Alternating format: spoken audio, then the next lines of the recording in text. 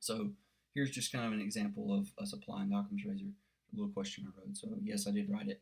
But anyway, I'd look down here, protease inhibitors, congenital adrenal hyperplasia, Cushing's, and PCOS. So basically, this question is probably going to be talking about, these. This is usually someone with maybe hypertension, obese. Maybe they kind of give you some physical exam findings that kind of meet both of these. Maybe hirsutism, um, what you call it, amenorrhea or something like that. This is usually a child, especially for like step two and step three even. You can get into like deep internal medicine questions where your congenital adrenal hyperplasias are diagnosed late and they're not child anymore. And then protease inhibitor side effects. So they better give me the med, or they better tell me they have like HIV or something like that. If they don't tell me either one of those, then I'm probably not going to pick that one.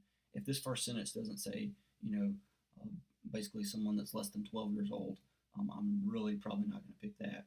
And then, these two, I can't make much head or tails of how I choose between the two, except that, just hopefully realize it whenever they kind of present the case.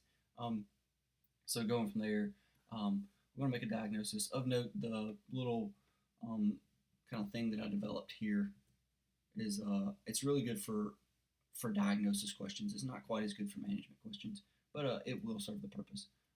So now kind of going from there, we have a 34-year-old woman. So like I said, she's 34. I've already eliminated the answer.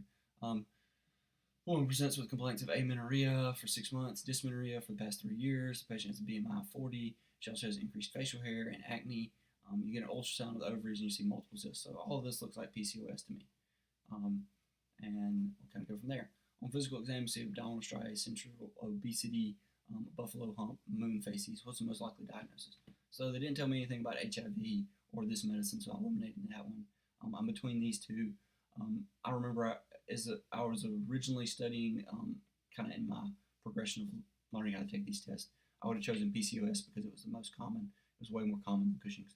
But Cushing's syndrome here answers Occam's razor.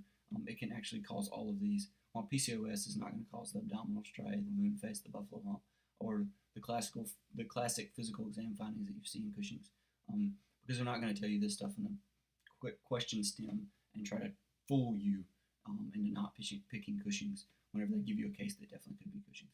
So B would be the correct answer here. I would select that answer and move on and know that I'd given it my best shot. So then kind of going from there, the questions that you're going to likely be asked are, what is the most likely or what is the most appropriate diagnosis? The COMLEX likes to use appropriate. The USMLE likes to use likely. Same goes for initial. That's usually on the USMLE. The COMLEX seemed to like appropriate more, at least when I took the test. The one you're going to get asked the most is, what's the next best step in management or therapy or something like that. Remember, that can be a test or a treatment. So it can be a chest x-ray or it can be, albuterol, something like that. And then kind of going from there, this is a website I use to kind of help change how I approach questions. This guy works for Kaplan. He's got a PhD in this stuff. He really knows his stuff. I really feel like it helped me a lot. So kind of looks like a dated website, but it's very, very good. A lot of great information there. And then we're going to kind of go about, this is just straight from his website. And I use this to review questions kind of as I move through. Once I realized that I was kind of moving too slow, just to kind of help speed me up in that review process. Remember, I said like 50 minutes minutes to review 10 questions. That's too long. So I started kind of doing this. Basically I would, this is how to review a question. So did you get it right? Did you know it? Go to the next question. The only time I really did this was if I knew it and then I knew why all the wrongs were wrong. If I didn't know why a wrong was wrong, I would actually go, read about the wrong and then maybe look it up in a book. Remember, there should be lots of cross-referencing. Referencing here, I spelled that wrong, but anyway, you know what I'm saying, cross-referencing. If you're not cross-referencing the question that you have with your review book or with the book that you've chosen to use during your study, then you get a lot of valuable learning from that. So then, correct, did you guess? Basically, you need to, yes, you guessed and got it right. You still got to study it. You got to study that one. So you missed it. Was it a knowledge problem or a process problem? This is one of the reasons I developed that way I approach questions up there was because I felt like I had a process problem. So why did you miss it? Was it a good question, bad question? I did this for a while. I ignored what I thought was bad questions. But I realized that even bad questions have something to learn from. So I would actually recommend you remove this block. Don't ignore bad questions. Every question has something to learn from it. Learn from it what you can, um, even if it was just a terrible question and they asked it wrong. And even if they picked the wrong answer, maybe the answer really should have been A, and you know it should have been A because you looked it up in 4 different books, but they said the correct answer was B. Just basically study it and realize that A is the right answer, and this is why. And if you can, maybe let them know that, hey, I have a few resources to say A is right.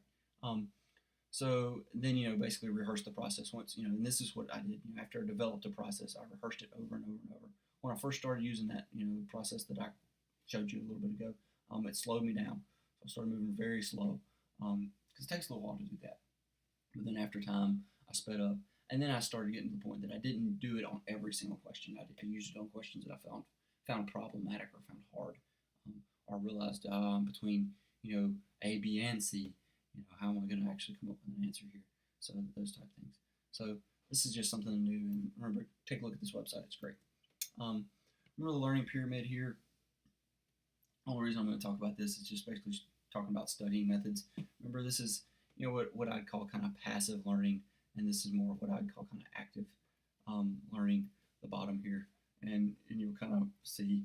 Remember, this is also about a 30-day retention rate. So just listening to this lecture in about 30 days, you're only going to remember 5% of it. So what does that mean? You'll remember. You'll remember that we had a lecture on COMLEX Level 3, and that if I showed you this picture, you would remember that you saw this picture. You wouldn't remember much else. So reading alone, this is why we don't just read alone. It's just reading, unless you can read the book like 10 times, it doesn't do you a whole lot of good just to read. That's why we get a review book, but remember we use our review book once again, like I said, for cross-referencing, and then we work questions to kind of solidify the memory. Audio visual, so your YouTube videos. This is why I liked YouTube and I like video resources. There's a lot of great video resources out there.